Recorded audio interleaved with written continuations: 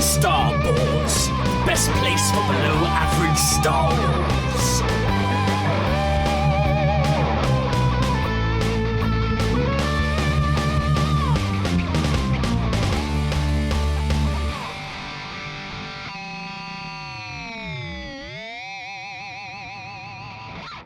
Hello there, and welcome to the Star Wars Show, a UK-based Star Wars podcast with in-depth discussions and analysis sprinkled with some silliness. I am the Geordie Jedi Pete, and we've got a very special episode today. We're diving into Destiny 2, and to be more specific, it's a brand new expansion, which is Star Wars-based, called Renegades, which comes out on December 2nd. And to talk to us all about it, we have the very special Mr. Tim, also known as Pallas Sol on Destiny 2. Tim, how are you doing? Hi, good. Thank you for having me. I'm excited to be here and talk about Star Wars. Indeed. And I mean, just to clear something up, so when I did a bit of research into this game, I first thought it was an official Star Wars expansion. I then read something that said it wasn't. And now I've since learned it is, but there's a lack of Star Wars branding, shall we say, on the marketing. Yeah, it's an interesting point. So this is Destiny 2, which is the game that we're talking about. It's been going for over 10 years. The sort of franchise, and it's got this whole in-world mythology, and this expansion is, I think it's something slightly new for Bungie, the people who make it, because they've partnered with Lucasfilm and they've licensed the rights to a lot of the Star Wars things, and they've incorporating a lot of direct Star Wars aspects into the game, but it's not a part of the Star Wars universe. It's bringing things like lightsabers, which is the big draw. It's bringing that into the Destiny 2 world and sort of merging the two mythologies together. So honestly, I don't really know exactly how it's going to work out. I do think that it will not be a part of Star Wars canon, I think, but you never know. I think that's a great point. So I think for those who don't know, so after the Disney Lucasfilm merger, they decided everything going forward would be canon, including video games, books, comics, everything. So not putting the brand on this, I suppose, allows it to not be considered canon, I suppose. It's funny because, like I said, I looked into it and I thought it was official. Then I thought it wasn't. Then upon a bit more research, but the all rights reserved for Lucasfilm is 2024. So looks like this maybe could have been in development for quite a while to obviously be released this December, which is pretty cool. And like you said, it's funny because obviously I heard about it and I did have a little look. And like I said, lightsabers are Star Wars. Some of the blasters and guns that we're going to have in this expansion are very Star Wars-esque, very similar to Han Solo's DH blaster. We've got blasters that look like Boba Fett's. Some long-range rifles look like the Mandalorians. We've got a Sarlacc pit that looks very much like a Sarlacc pit. Exactly, yeah. We've got a Razor Crest ship that looks like it's the Razor Crest. A Wookiee bowcaster as well. Don't forget. Yeah, and there's an X-wing. It looks like, or their version of the X-wing. Yeah. So after I started seeing those images, I thought this has to be licensed. Otherwise, they're going to be getting sued here. But it is licensed. Exactly, yeah. I can confirm it is licensed. So I think to start off, I've played Destiny 1 before, way back when. Oh, have you? Yes. Oh, nice. When I say I played it, I mean I played it a little bit, probably for a few months. What makes Destiny 2 one of your favourite games? Well, I mean, so for me, it's the expansiveness of it, if I can say that. It's I love sci-fi. I'm a real nerd. I'm a physicist in my profession, and for some reason, I enjoy thinking about physics in my spare time too. So I love sci-fi, and I love stories like Star Wars. That sort of grand scale of the universe with larger than life characters and action and color, and I love all these things. And Destiny 2, when I first got introduced to the game by a friend of mine, it really scratched that itch because on the surface, it's a great game. I mean, mechanically, it's great. It's made by Bungie, who are very famous for making the Halo franchises, and it's widely regarded that it's the best sort of gunplay and movement tech in the gaming in that sort of genre. Which is great, but I don't really consider myself too much of a gamer. What really makes Destiny stand out is all the intense amount of lore that you can get into. You don't have to, it's there if you want it, but everything about the guns and the planets and the characters is so thought out, and you can go down some real rabbit holes and learn about all these amazing stories which are written by presumably teams of writers that are only there if you sort of pick up a certain data pad in the field, and it leads you down a path, and you find out about why your gun is called what it is, and all these little sort of facts. It's hard to describe. I guess it's the sort of all-encompassing experience of it. And of course, the power fantasy. I mean, sometimes it just feels great to, come across an activity and click a load of buttons and lots of explosions happen. And you get that dopamine rush. But for me, what makes Destiny stand out is that sort of world building. Yes, and is it sort of open world online multiplayer? Yeah, so it is a multiplayer. An MMO. You can easily play it solo, and I would say it's sort of the least MMO out there, because you can quite easily go through and not speak to people if you don't want to. In my opinion, it does, the experience is enhanced when you meet people and meet through the game and join a clan and all these sorts of things, but you don't have to at all. But yeah, it's a first-person shooter really, so it's a looter shooter. So you go in and it's a very strange universe sometimes. We often have guns which are made out of the enemies you defeat, and so there's this sort of joking loop that you kill a bad guy, turn them into a gun, to kill the next bad guy, to turn them into a gun, and so on ad infinitum. It's a vicious chain of events. It really is. So obviously Destiny 2 is currently in its year of prophecy, and so we've had one expansion already, which is the Edge of Fate, and then we've got Renegades coming next. What was the Edge of Fate like? Was it good? Yeah, so it's a slightly odd time for Destiny, because it's been going on for years. You mentioned you played in Destiny 1. I never played Destiny 1. I only joined maybe 5-6 years ago in Destiny 2. And that the Edge of Fate, which you just mentioned, was the culmination of a decade-long story. So there was a big bad guy called the Witness that all these story beats had been leading up to this one epic fight, and finally we've defeated the Witness, and that was what the Edge of Fate was all about. It was about and in a very Star Wars-esque way, it was actually balancing the powers of light and dark to overcome our foes. But what I find interesting at the moment in Destiny is they've beaten the bad guys, but it's still going. This game's still going. They're trying to find new story beats. And so that's this Fate of the Nine, the Fate Saga, it's called. They're calling it, and it's about whether our actions are truly our own. That's the big bill, and it's only just started. So the Edge of Fate, as you mentioned, is the most recent expansion. It's actually quite an experimental time for Destiny. They've changed a lot of systems, and clearly, since we know the Renegades is coming out, the Star Wars inspired one, they're changing a lot of systems in preparation for, I guess, another soft launch in Renegades. I think they're really hoping that a lot of people who have played Destiny for 10 years, beaten the big bad Witness, and gone away, and then hopefully they're going to be pulled back in by the allure of a lightsaber. I could explain the lore to you. It gets a bit deep, but hopefully that gives you a sort of broad sense of what's going on. Yeah. I think my big question is, you spoke about long time Destiny 2 players and sort of what this expansion is going to hopefully pull them back in. Let's just say, obviously, I haven't played Destiny 2, and I know some of Star Wars fans who haven't. Say we come to Destiny 2 because of Star Wars as the draw. How much are we going to have to play it to sort of be ready to delve into this and to understand the lore?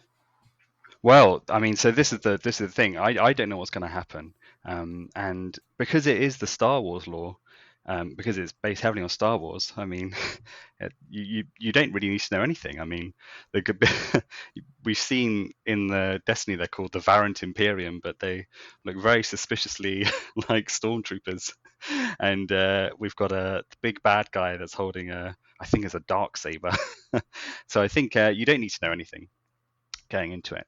And part of this Edge of Fate, I mean, I don't want to get too meta about it, but part of the whole Edge of Fate expansions have been trying to improve the new player onboarding experiences, because it's been notoriously difficult, because there's just so much of the game. Imagine trying to introduce someone to Star Wars for the first time. I mean, it can be quite a lot if you've not just worked your way through the films. And so that's what they're trying to do.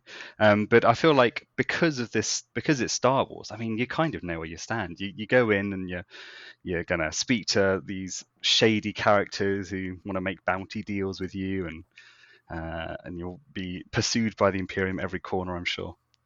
Does that make sense? It certainly does. Have they partnered with any other intellectual properties before, or is this the first time? It's a good question. So they've toyed with other things. They've done some collaborations. They tend not to, because Destiny is it's got a lot of its own lore. They try not to, but one of the in-game things you can do is called an emote, which is a little 5-second dance or some sort of little quirky thing you can do, a little animation, and a lot of those are inspired from other franchises. So for example, one of my favorite ones is you sit in a Witcher bathtub with your 2 swords, or and some of the armor can look like Monster Hunter armor. And I know that they did a collaboration with, I can't remember, some sort of, I don't really understand it, but some sort of anime thing where the cat ears. So there's a cat ears dance and a helmet you can get, which you can put in bright colors. But they're very much just nods to other franchises, whereas I feel like this Star Wars one is actually the first one where it's a sort of taking so much. But that just goes to show how important Star Wars is to Destiny 2. I mean, they're not made in isolation. The people who made Destiny 2 and everything around it are huge Star Wars fans and have been for years and years and years, and a lot of that necessarily goes into the work.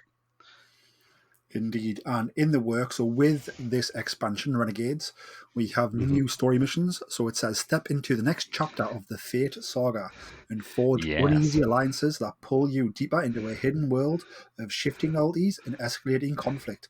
Now that does sound very Star Wars, but also it sounds, very intriguing and sort of it whets the appetite for adventure. Absolutely, and and it looks to be really exciting, I have to say. There's a whole thing in I guess in Star Wars and in Destiny of sometimes you have to be morally grey to do the right thing, and I think they're really experimenting with that recently, and it's quite interesting to see that we're going to be working for criminal bosses in a place called Tharsis Junction on Mars, which is very clearly similar to Mos Eisley, bartender wiping the glasses with multiple limbs and a saxophonist from an alien species and all this sort of thing. Should be very exciting. And I love that description, because when I think about Star Wars and shifting loyalties, obviously throughout all 3 of our trilogies we have that. So I would say in the prequel trilogy we have it's dealt with Count Dooku. We're told he was a Jedi, and then we learn he's sort of on the separatist side, and then we learn he's a Sith Lord. And obviously the biggest one would be Anakin Skywalker, who moves from the light side to the dark. In the original trilogy, the biggest one, apart from the finale with Vader turning back, but would be Lando Calrissian. When you meet him, he's sort of a Han's friend, dodgy, but then he traitors on Han, cheats him, but then he comes back to help the rebellion and save his friend. And then obviously in Return of the Jedi we have Darth Vader. He redeems himself for the love of his son and comes back to the light. And then in the sequel trilogy, I suppose the biggest one would probably be, we have Ben Solo, Kylo Ren, who obviously sort of flirting with the dark side and the light, and then eventually sort of makes his mind up. But we also have, on a less deeper scale, we have General Hux, who obviously ends up being the traitor against the First Order in the end, in sort of a fun way. Dramatically so. So it sort of ties in, and just reading that made me think of that in Star Wars straight away. And the parallels are there are so many. I mean, it's because I was looking at, when I was preparing to talk with you, I was trying to look at some of these parallels between Destiny and Star Wars, and there's so much in common. I mean, it really is. The more you think about it, the deeper down the rabbit hole you can go. The next description is the Lawless Frontier, and it says, the crime syndicates of Tharsis battle for control, take on high-risk assignments, and use powerful new abilities to turn the tide. Now, to me, when I hear crime syndicates are huge in Star Wars, especially after the original trilogy, and we got sort of there was a dark time and nothing, and there was some books that came out. The crime syndicates are what sort of tie a lot of Star Wars lore together, like outside of the movies. Obviously, Jabba the Hutt's a crime syndicate. We have Crimson Dawn, who are a big one. We have the crime syndicates in Shadows of the Empire, which was sort of a huge game that came out in the 90s. So to me, when I hear crime syndicates, I think Star Wars straight away. Absolutely, and it makes the whole world feel alive, doesn't it? When you have these different factions, and they've all got some self-interest, but they're all fighting their own causes, and sometimes they come together, and that's part of what to me makes Star Wars universe feel so alive. Is all these characters and groups of characters. It certainly is, and I think obviously on Tharsis, which I think you said was on Mars, is that right? Yeah, so I should point out that Destiny 2 is not based in a galaxy far, far away. It's actually our own solar system in a sort of future when this hypothetical terraforming mysterious alien called the Traveler comes along. So it's a mixture of the familiar and the alien. This Tharsis junction looks to be on Mars by the setting. So I wonder, obviously, in the first description it mentioned about like uneasy alliances and sort of changing all these. I wonder after with these different crime syndicates, can you sort of move and weave in between them maybe? Yeah, if I think this is going to be one of the gameplay mechanics. So I should explain a little bit that in the Destiny universe there are these multiple factions. Some of them are enemies, some of them are allies. Sometimes they shift in loyalty. We have what are called the Cabal, which are these big warlike aliens that came as a big an invasion force. Actually, a big expansion called the Red War. When the Cabal tried to take over Earth, and luckily we repelled them. And some of them, and they were part of an Imperium, but they have fractured. Their emperor was driven mad by the big baddie that I mentioned before, and his daughter has become an ally of ours. So now there's different factions within the Cabal. And looking at the trailer, this Variant Imperium, these new stormtroopers, they look to me like they'll be Cabal, which is interesting from a lore perspective. But then by far and away not the only aliens. We've got these time-traveling robots, a bit like the Borg in Star Trek, called the Vex. Some wonderful deep lore implications with them. But one amazing thing that's happening in the game at the moment, sort of quietly behind the scenes, is the Vex initially, like the Borg, were a single consciousness. They share one purpose, one drive. But recently that's started to fracture. And one of these crime syndicates looks to be a Vex offshoot, when you see it, individual Vex units trying to express their individuality. And to me, that's such a fascinating idea of, imagine trying to, if you know Star Trek, when the Borg, Hugh comes aboard the Enterprise, and they try and explain to him how becoming a human is, and of course 7 of 9 from Voyager. But we'll be able to do that in Destiny alongside working with the Cabal and some other factions. But yeah. They are also saying that you will get a new dungeon with this. It says join forces with the Arnor Mahal in a new 3-player dungeon to hunt Dregden Bale's acolytes. Yeah. Forge your own Praxic Blade, a powerful weapon infused by both light and dark. I'm assuming that's the lightsaber. Yeah, so because Destiny is not exactly like Star Wars, they have to give things different names. But I can believe you me, no one's going to be calling it a Praxic Blade when you press a button and a wonderfully coloured laser comes out. Oh, I can't wait. But so in the Destiny world, we have we are all guardians. Where the general idea is we are sort of, you wake up with this little drone that talks to you and says, "Oh, you're awake," a bit like in Skyrim. And then they say, "Oh, you're a space magic. You're a space wizard. Have a machine gun and go and defend humanity." So it's, from the off, it's a bit crazy. But you are blessed with this power called the light. And I guess it is akin to the Force in Star Wars. It's this supernatural ability that allows you to overcome your foes. But there are many different aspects to this force. Oh, what was I saying? So yeah, we were saying that. What were we saying, Pete? You were sort of waxing lyrical about sort of just how good sort of the theme is going to be, the Star Wars theme, but Ah, tying it into Destiny, making it more yes. Destiny than just calling it Star Wars. Yeah, I was gonna say, well, what the an analog to the Jedi is. So you are a guardian, but you're neither good nor bad. You're asked to go protect humanity. You can, of course, do whatever you want. But there is this morally grey line. You can choose to use the powers of darkness in your quest to save humanity. So you wouldn't necessarily consider yourself a Jedi. And as we've just discussed, this in Renegades, you're going to be working for crime syndicates. Again, doesn't sound very Jedi. But the Destiny universe does have a Jedi equivalent, and they are called this Praxic Order. So these are guys who are they're warrior monks, and they say, no, no, no, you should not be using the darkness. We should only ever fight the darkness. And Ornal Mahal is in the lore, she's a very famous one of these Praxic people, and it looks like that this Praxic blade, which is really a lightsaber, is going to be as a result of siding with Ornor against this person you mentioned, the main antagonist of the expansion called Dredgen Bale. And Dredgen Bale is quite a mystery, actually. He's come a bit out of nowhere, and I'm very excited to see where they take him, because Dredgen there's only ever been one other Dredgen, true Dredgen, in Destiny lore, and he's very, very, very, very dark, very Sith-like. And as I'm sure all your fans will know about the rule of two. To me, it seems very interesting that they've introduced one new character, Dredgen Bale, who could have the combined power of all the darkness to fight us. That certainly sounds very, very deep and meaningful, and I think it makes me excited to maybe try and dabble in this game, maybe, because just to sort of delve into that deep story. Absolutely.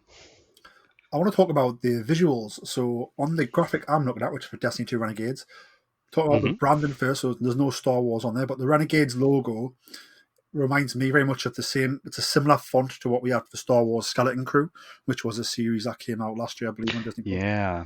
So that's cool how they've tied that into that. And then obviously the visuals itself, we've got two characters back to back. One's wearing a hood. It looks like they're wearing some sort of mask. Could they be robots? But they are looking Star Wars-esque, almost like Knights of the Old Republic, which was an old video game. I don't know if you're familiar with it. Oh yes, I'm familiar. I never played KOTOR, but I played KOTOR 2.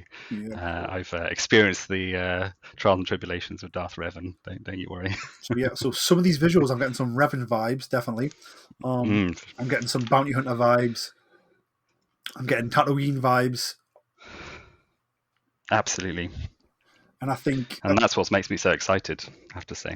And that's what makes you think, oh, it is Star Wars. Then without the Star Wars brand, like, is it or isn't it? But like I said, we've confirmed that it is. So I'm going to talk about... So let's talk about the sort of the costumes. Okay, yeah, absolutely. The aesthetics first. So what's your thoughts on how Renegades' design aesthetic for the characters is going to A, enhance the game, but also B, feel very Star Wars-esque? Well, exactly. So as I mentioned, the Varant Imperium, these the bad guy faction that's coming in this expansion, they are in the same Cabal model, but they've different helmets, different outfits, and they are exactly like the Stormtroopers in the the main trilogy from A New Hope, so that's already new, and that's a lot more direct from Star Wars. I should explain that in Destiny, fashion is the ultimate end game. There's a huge variety of different looks you can do. Every armor piece, every part of your character can be customized, which is very fun and can be quite kind of time consuming. But it is very possible to dress up like any character you want, really. And actually, very in anticipation of Renegades, they gave us access to an armor set which allowed you to look just like Kylo Ren or General Grievous. And Darth Vader, in fact, actually. So it's quite funny to run around the open world, speaking to characters, and you see a pink Darth Vader run past. Whether that's a good thing or a bad thing for a Star Wars fan, I'm not sure, but it certainly made my eyebrows raise. But yeah, the entire aesthetic of Renegades is completely taken from the Star Wars universe. It's those sweeping horizons with multiple suns and the little ships which hover just above the ground and kick up sand as they fly past, and the sort of sweeping operatic space music. It's going to feel like you're part of the Star Wars world, I have to say. I'm glad you mentioned vehicles. So what is vehicle play like in Destiny 2? So do you have land vehicles? So as you mentioned, like land speeder or speeder bikes. And then obviously we've seen pictures of an X-Wing. So is it space combat or is it vehicles on the ground or is it both? It's so there's not space combat, and it's something that they really are missing, to be honest. But there are what they call them sparrows in Destiny. I have to admit I can't remember the name of what they're in Star Wars. The stormtroopers when they go through the Endor forest, and the Ewoks are throwing the rocks at them, and they and the ropes trip them up. You can get sparrows which look just like that, and they are to help traverse the open world. But in general, it's a combat on foot. You do have as part of your aesthetic a ship, but currently there's not functionality to do anything beyond change the look of it.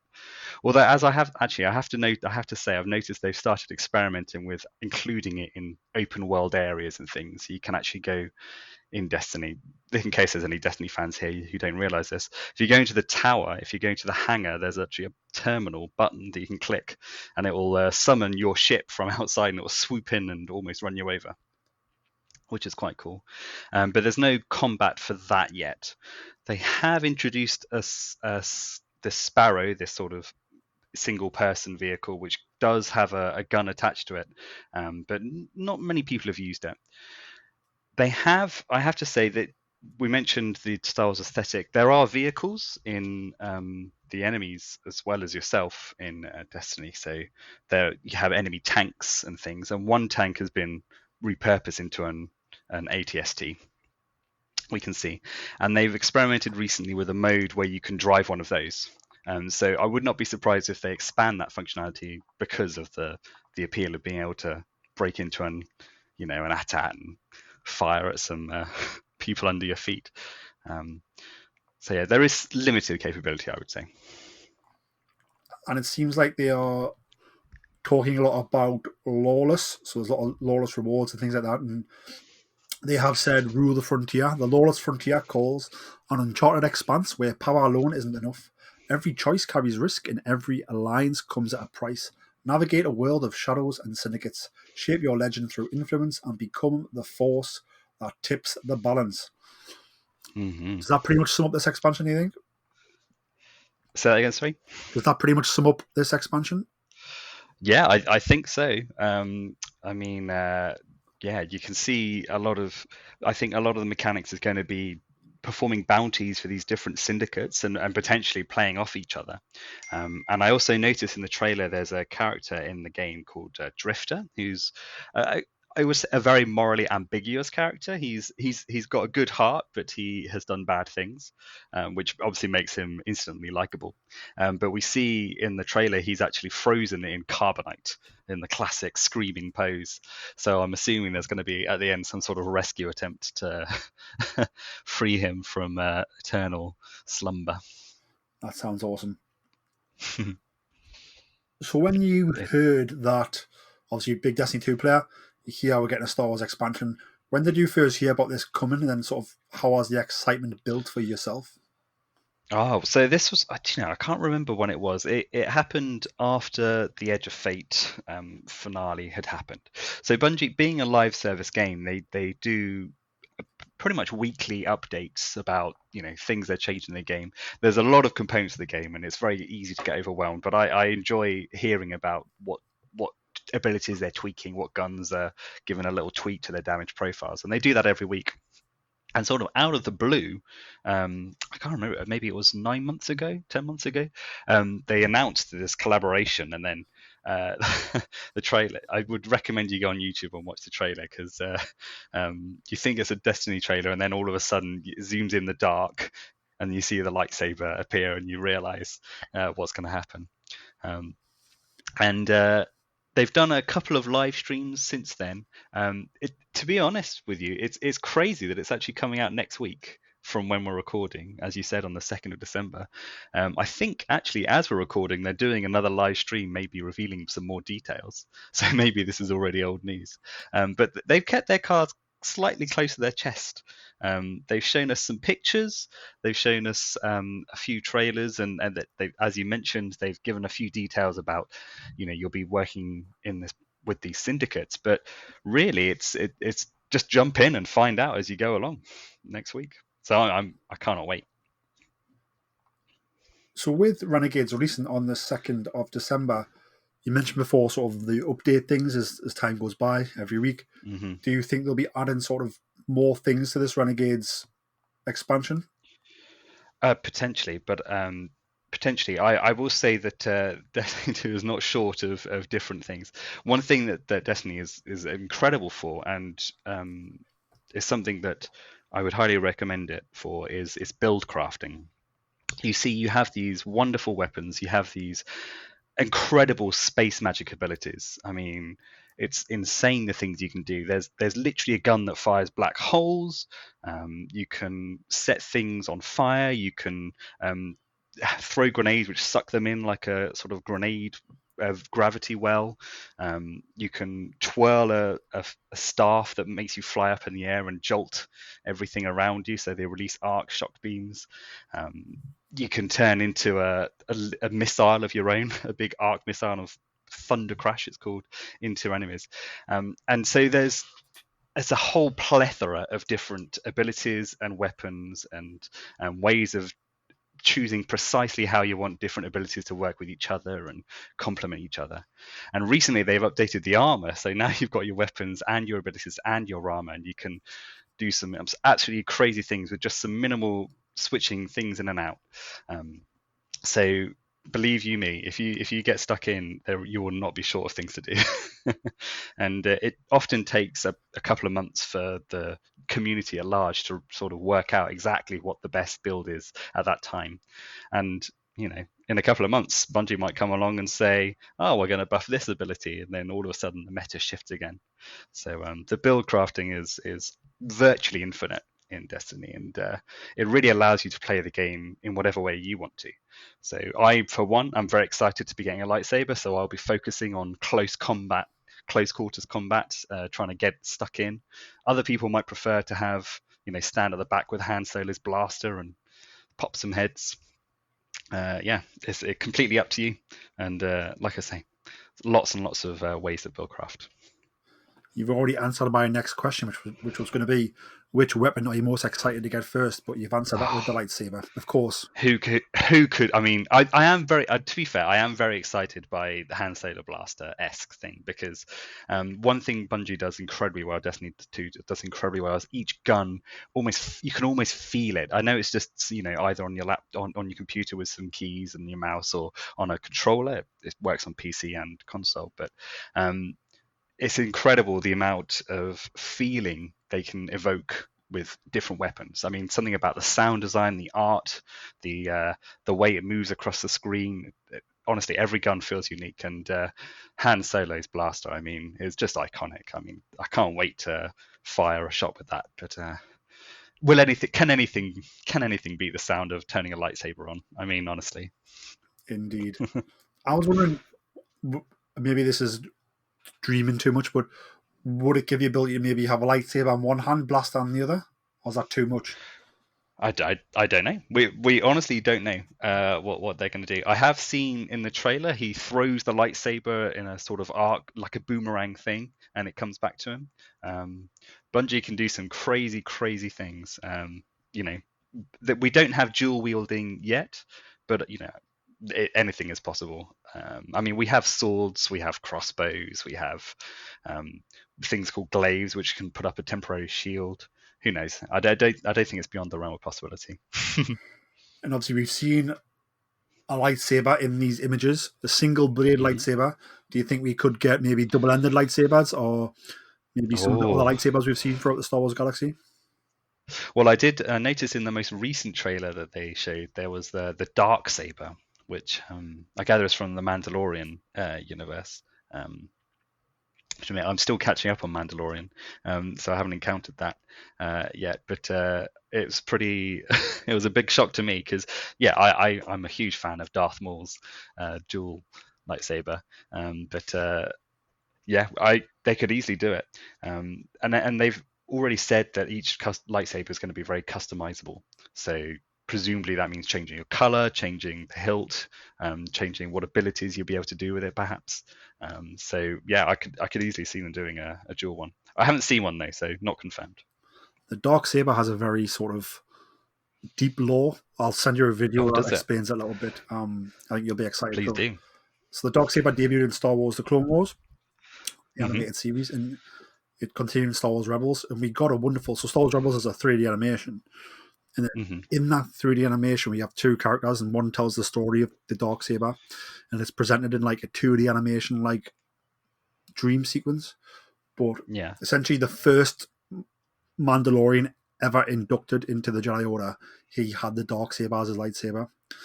And when he passed, sort of the Jedi kept it in the temple. And then years later, some Mandalorians went in and stole it, and it was seen as like the leader of Mandalore would have the dark saber. That was like significant. You mentioned I Maul see. as one of your favorite characters. Mm. Darth Maul actually was an owner and a wielder of the dark saber as well. No way.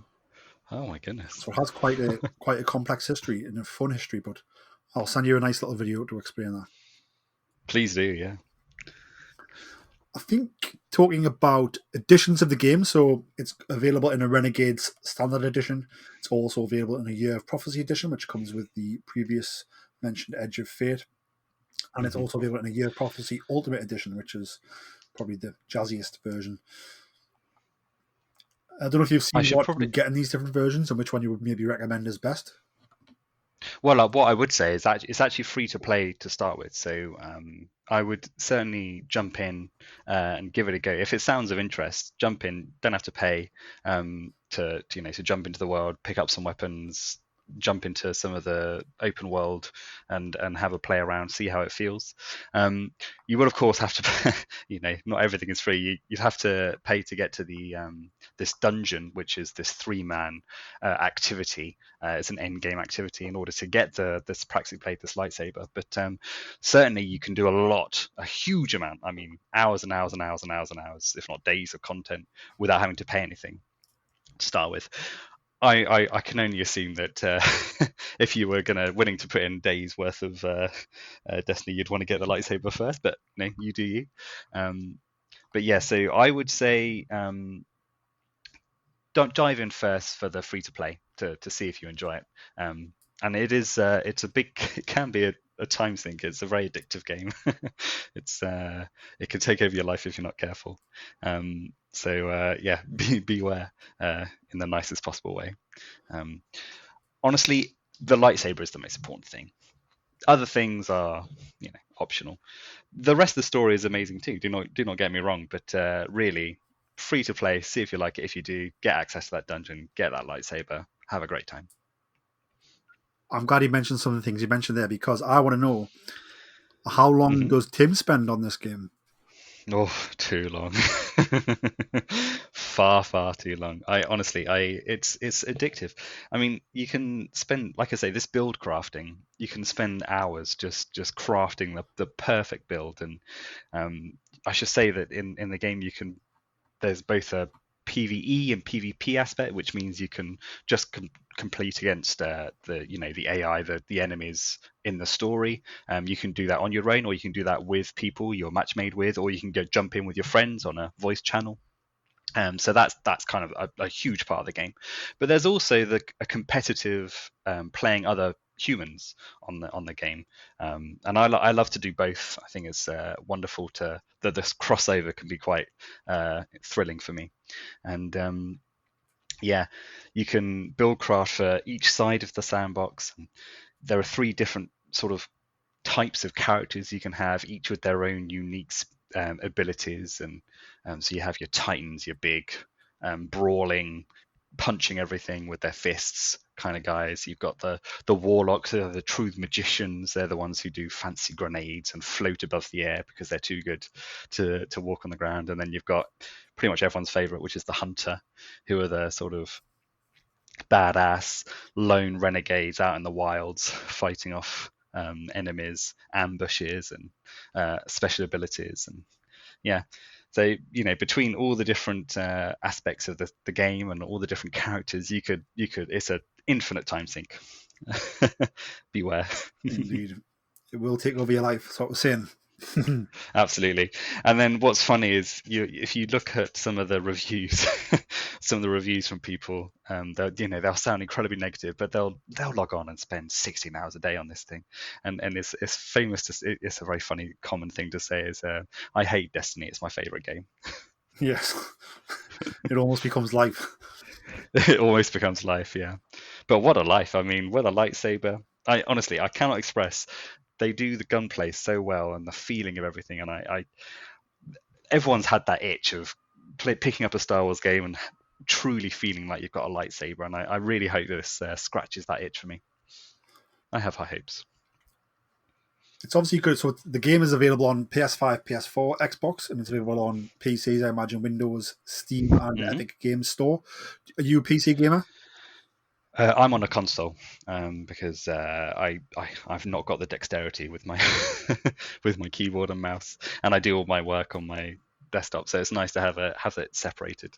I do it on Xbox, but they have what's called crossplay, so you can play on one, save, and then flip over to another, and all your character and everything will transfer over. Cool. And you can interact with people on other types of console or PC, yeah? Absolutely, yeah, absolutely, and it's encouraged.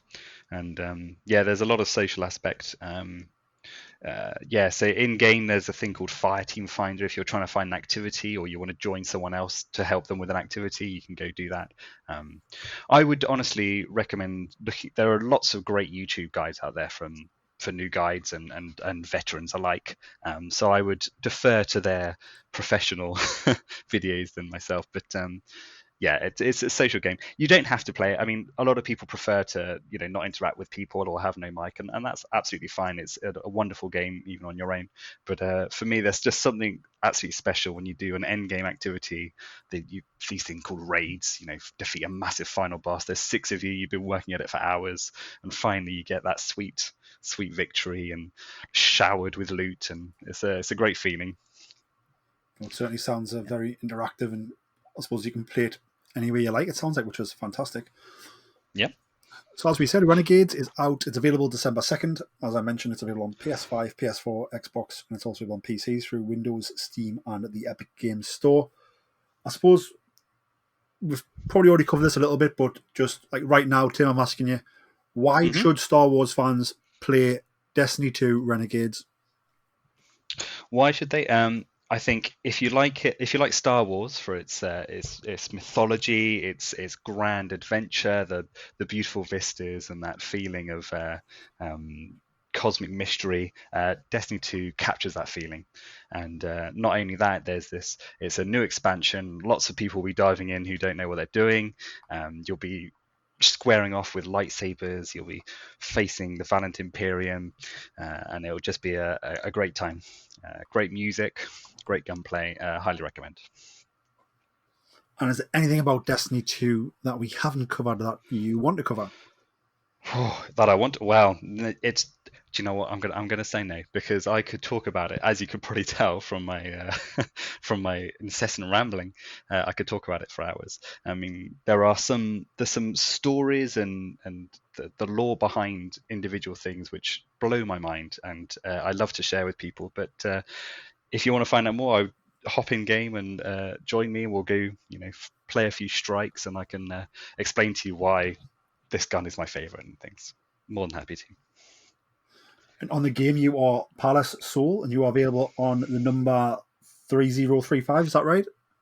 Exactly. Yeah. So it'll be on your Discord as well. But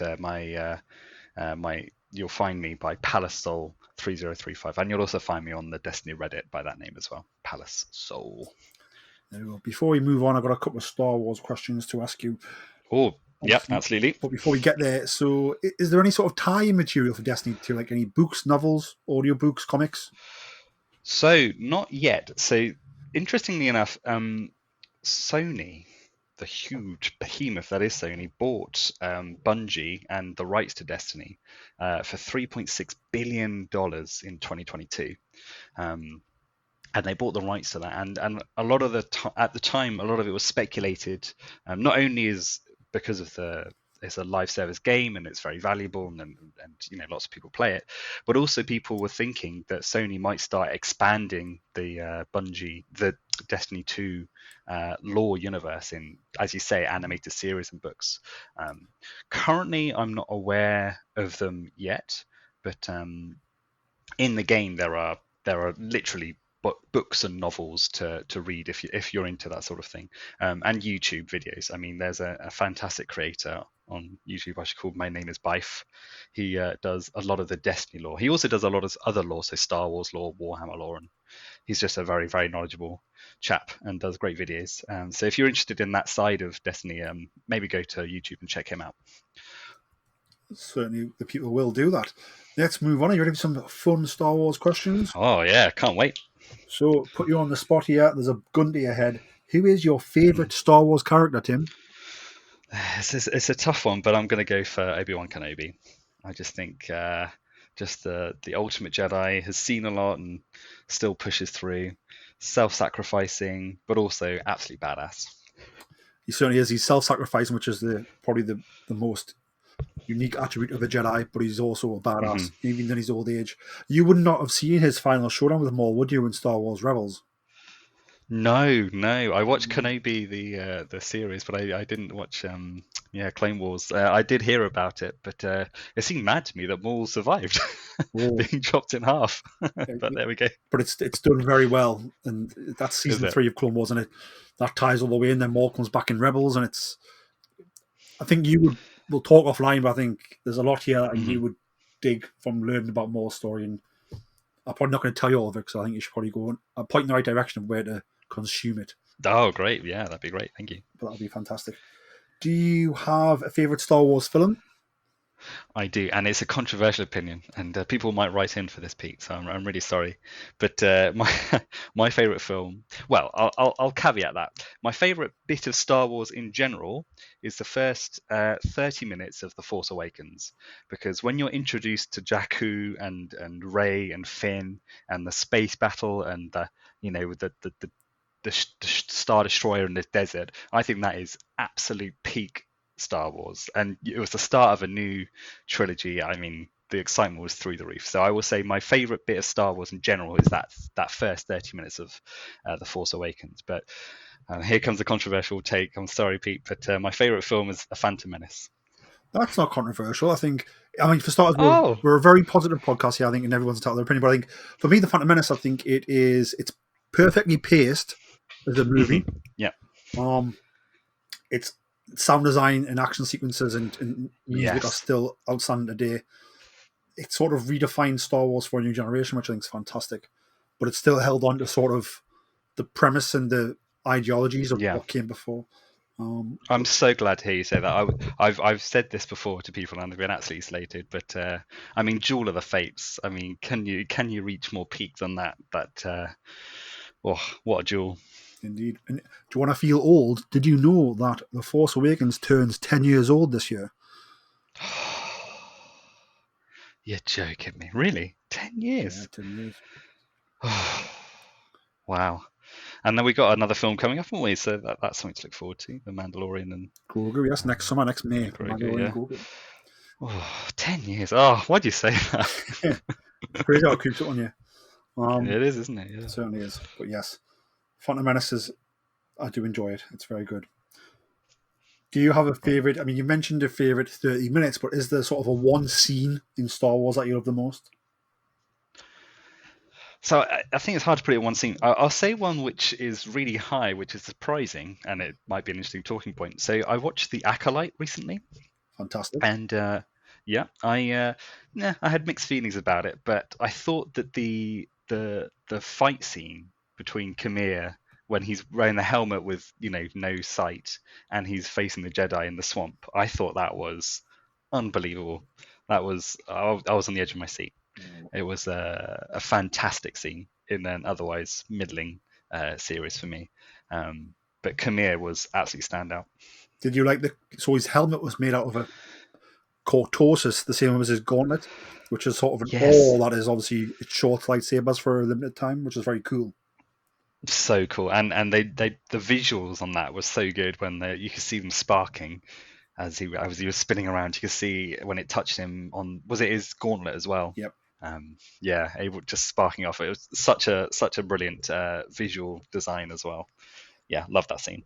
Well, it certainly was. It certainly was awesome.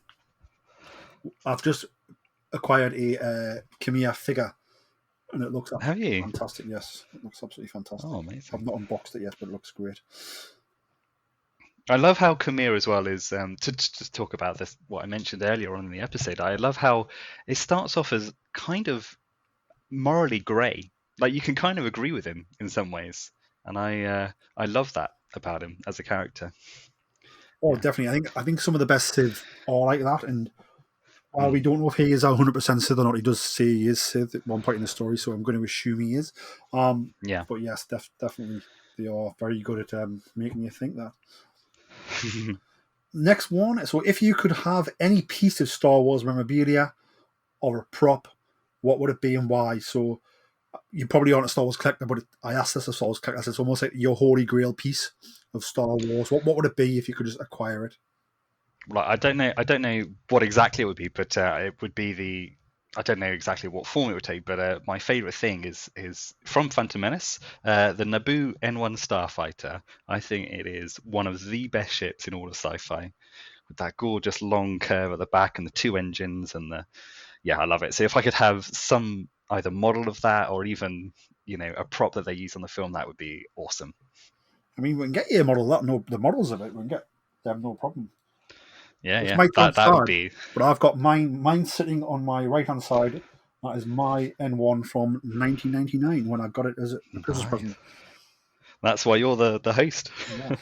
But you can acquire these things still for all right prices, actually. So if you are after an N1, you can get them in different scales, all different kinds. Did you see the N1 in The Mandalorian? I did actually. Yeah. It was a nice little cameo. Yeah. It was a lovely little redesign, wasn't it? Yeah, it was. I mean, what a ship! What a ship! I also like the bigger one, the silver one that carried the Queen and her consort around. But there's the little one, the little fighter one was just so good. It's again when people call the prequels, I think some people do. But if you look at if you take the Naboo or the Nubian design, like from the fighters, which is the N1 to the Royal Starships you just mentioned, and it all sort of, it's very sleek and it matches what it's telling. Obviously, Naboo is very much based on sort of mainland Europe and very much Italy, and northern Italy. And it all sort of it intertwines and matches very subtly. And I don't think it gets enough credit for that. I completely agree. And the other thing I wouldn't forgive myself if I didn't say, but pod racers. Oh, if I could get a pod racer, that'd be great. It certainly is absolutely fantastic. The pod race. Even now, I think he asked me to say, like it's aged badly, but the sound and the way it looks is still like breathtaking. Yeah. Especially watch it in the cinema. Like it's wild. Oh, it's wild, yeah. I think that brings an end to sort of my questions I had. Is there anything you want to ask me, Tim? Well, so I am slightly unrelated, but my wife and I we're considering going to Orlando in February to watch the Super Bowl in America. I think that'd be a really fun. Not watch it in the stadium; we're not made of money, but just be in America while it's on. But we were thinking about going to the Star Wars park there. Is it Galaxy's Edge? I think. Yeah, so it's called Star Wars Galaxy's Edge, and it is inside Disney's Hollywood Studios. Yeah, exactly. So if you got any recommendations if we do that? My recommendation would be, so Disney World has a lot to offer. It has four theme parks, one of which is Hollywood Studios, which has Galaxy's Edge inside of it. So is that two? It's a lot. It's a lot. Yeah. So depending on how much time you've got, that was how I would decide like what I was doing. But if you're just interested in the Star Wars, then you could probably box that off in a day. Oh, okay. Depending on queues and stuff. But obviously they've got the Rise of the Resistance, which is a state-of-the-art new type of ride technology. Sort of combines 3 or 4 different ride techs to create this one type of ride. I have not Okay. ridden that, but it's meant to be absolutely fantastic. And then it also has a sort of the Millennium Falcon Smuggler's Run, which is getting an upgrade soon, so they're changing the story in that, but I don't know when that is, so it might not be around, by time might be later.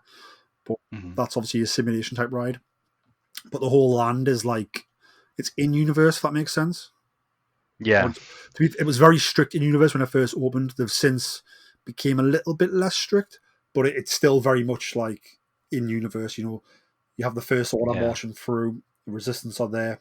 You can meet Chewie and Rey. I believe R2-D2 and Luke Skywalker from the Mandalorian turn up sometimes now. Oh wow, nice. I'll keep an eye out for them. And there's a lot of exclusive merch which is only available in that park. Oh really? So, okay. Anything? If I brought anything back for you, what would it be? One item. Put you on the spot now. I'll have to have a look. It's constantly updated with like new exclusives. It's so good. Oh, do they? But I'm a sucker for like, they've got some like in-universe T-shirts there that are like branded in a certain way, like written in Arabic, which is the Star Wars language. Yeah, in-universe T-shirts. That I have to admit, that is something that I would go. I love my T-shirts. I've got a great jumper, which isn't a Star Wars thing, but I've got a jumper based on Westworld. So it's the Delos Entertainment Parks, which is great. If you know it, you know it. Awesome. I love that sort of thing. And then one thing you have to do is, have you been to a Disney park before? We have, yes. Have you rode Star Tours? Love Star Tours. In fact, when I went with my wife and I to Japan, we sat down and we were the only Westerners there, so we stood out a little bit. And I remember we sat down, and it happened to be one of the one of the versions when Darth Vader picks out the rebel scum. Yep. And they pick my wife, and I'll never forget it. All the Japanese people turned around and pointed at her, and then obviously we start flying off, and Darth Vader holds us back with the Force, and it was just an unbelievable moment. Awesome. So obviously you've rode the modern Star Tours where the pilot is C-3PO. Yes. Have you ever rode Star Tours when the pilot was RX-24? Yes, I think I did when I was younger with my when I went to the Paris one with my parents. This was been many years ago. Yeah, so obviously they replaced RX-24 with C-3PO in the ride. So RX-24, or Rex as he was known, was voiced by the late Paulie Rubens, who is of course Pee Wee Herman. Okay. Yeah. So if you go to Star Wars Galaxy's Edge, there is a cantina called Oga's Cantina, and it's like a Star Wars cantina basically in universe. Oh, okay. And the DJ is DJ Rex, and that's where he ends up. Like after he lost his job, after he lost his job as a Star Tours pilot, he ends up being a DJ in this bar. He was terrible. He never got to where he was going, where he was meant to be going without a lot of detours. Indeed, but I love that, and also Paulie Rubin, Pee Wee Herman, come back and did the voice. So obviously he's passed away since, but sort of one of his last voice works was doing the dialogue. And he's in the DJ booth playing the music, he interacts with you on the floor and stuff. It's really cool. That's very cool. I'll keep an eye out for that. Oga's Cantina. So it's Oga's Cantina, which serves sort of in-universe drinks. You serve snacks as well. Then like the food in Galaxy's Edge is in-universe food. You have the Ronto wrap. So the Ronto is like that big creature from Tatooine that you see in the Jawa falls off. Yeah. So it's hairy. Yeah, it's not really Ronto, but it's a Ronto wrap. Of course. Yeah. And they do quite good seasonal food and drinks in there as well. Nice. But yes, definitely check out. I mean, I'd be very jealous if you went and checked Galaxy's Edge in a nice way. But if you're there, definitely go, because when will you next be there, I suppose, and the way the world is, and, certain leaders in certain countries, you never know, I suppose. You never know, but like I say, I mean, we would like to, but if we can, I'll certainly message you and get some more recommendations and try and look. If I do go, I promise I'll try and get you an in-universe T-shirt. Awesome, that sounds great. And then for you, so you like lightsaber, so they have there's a guy called Doc Ondor, so he's an in-universe shop owner. He has a den of antiquities. And there you can buy sort of legacy lightsabers, where these are like lightsabers that are like very, very nice, and they are based on our hero characters. New ones come out all the time with different characters. Some are limited, so you can buy like a really nice looking like Luke Skywalker lightsaber if they're still in stock, but it varies. But there's also something called Savvy's Workshop, Ah, okay, So this yes. is an experience. It's quite expensive, but essentially you go in. It's a secret experience. So when you go in, you build your own lightsaber and then you activate it in like the ways of the Force. But it's Incredible. done like an experience where like they guide you through it, like they're like teachers of the Force. I think, yeah, I think I've seen some of the promotional material for that. Yeah. Yeah, So I'll have to make one in my Destiny playthrough and try and replicate it in Galaxy's Edge. certainly, but yeah, certainly keep me posted on that because I will definitely. Once you let us know the more details, I can advise you a bit more on where to go and what to do. Absolutely. Tim, thank you very much for joining me on Star Wars, your debut on Star Wars. I'm glad that we were able to bust your Star Wars cherry. Yeah, no, thank you very much for having me. And we're just going to be shy of an hour, so thank you very much for enduring me. But I tell you what, I do love seconds. So how about once this game comes out and you've delved in and played it, will you come back on to tell us how it plays? Oh, absolutely, and maybe I'll dig into the actual Star Wars lore that I'll have a comparison into hand. How about that? Sounds awesome. Thank you very much. So again, this was Tim, also known as Pallas Sol, on the Destiny servers, and he is number 3035, which we will link in sort of all of our comms on Discord and places like that. But Tim, thank you very much for joining me. Thank you very much for having me. May the force be with you. May the force be with the listeners. And remember, always tell that to Kanja Club.